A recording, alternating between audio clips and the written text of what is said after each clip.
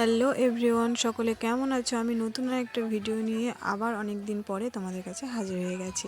তো আজকে হবে বার্থডে সেলিব্রেশন, আর বার্থডে সেলিব্রেশনের জন্য মিষ্টি নিয়েছি, একটা কেক নিয়েছি ছোট্ট, আর একটু গাজরের হালুয়া।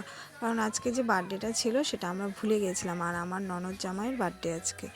তো ভুলে গেছিলাম, হঠাৎ করে মনে পড়েছে, তো সেজন্য এতটুকু আয়োজন করেছি। এখন তার মধ্যে বাজে রাত্রি 11:30, আর মনে পড়েছে 11টার দিকে। তো ব্যাঙ্গালোর বলেই দোকান সব খোলা ছিল, অন্য কোথাও হলে হয়তো থাকতো না। তো পেয়েছি অনেক কষ্টে কেকটাই জোগাড় করতে। তো ননদ জামাই বাড়িতে ছিল না, তো এখন এসছে, তাই আমি গেটটা খুলে দিচ্ছি। তো ওকে একদম সারপ্রাইজ করে দেব, কারণ ও ভুলে গেছে যে আজকে ওর বার্থডে।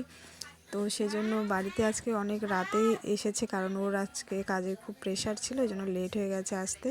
তো ফ্রেশ হয়েই এসেই কেকটা কাটবে।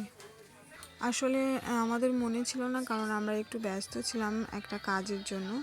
তো হঠাৎ করে মনে পড়েছে আমার, তো আমি আমার হাজব্যান্ডকে বললাম, ওর সঙ্গে সঙ্গে আয়োজনটা করলো। তো চলো এবার কেকটা কাটিং করা হোক। আর আমার হাজব্যান্ডের ক্যামেরাটা সেট করাই হচ্ছে না, ও ক্যামেরাটা নিয়ে কোথায় রাখবে নিজেই ভেবে পাচ্ছে না। তো তারপরে চলে এলো হাত মুখ ধুয়ে, এসে ননদকে ভিডিও কল করে দেখাচ্ছে যে দেখো তোমার দাদা বৌদি আমার জন্য বার্থডে দিয়ে কী আয়োজন করেছে। তো সেই জন্য ভিডিও কল করছে, তো ভিডিও কলটা রিসিভ করলে কেকটা কাটবে।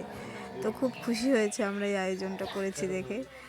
তো তারপরে আমার হাজব্যান্ড ফোনটার লক খুলে নিল যে জামাই ফোনে ভিডিও বানিয়ে দেবে, আর আমি এখন মিষ্টি খাইয়ে দিচ্ছিলাম। আর সে ভিডিওটা করতে ভুলে গেছি, ক্যামেরাটা নিচে রেখেই খাইয়ে দিচ্ছিলাম, সেজন্য এরকম তোমরা দেখতে পাচ্ছ। তো আমার ছোট্ট এমনি ব্লগটা তোমাদের কেমন লাগলো তোমরা অবশ্যই কমেন্ট করে জানিও। Bye, tata. এরকম নিত্য নতুন ভিডিও নিয়ে আমি আবার খুব তাড়াতাড়ি আসছি। একটু প্রবলেমের জন্য ভিডিও কয়েকদিন ছাড়া বন্ধ করে গেছিলাম।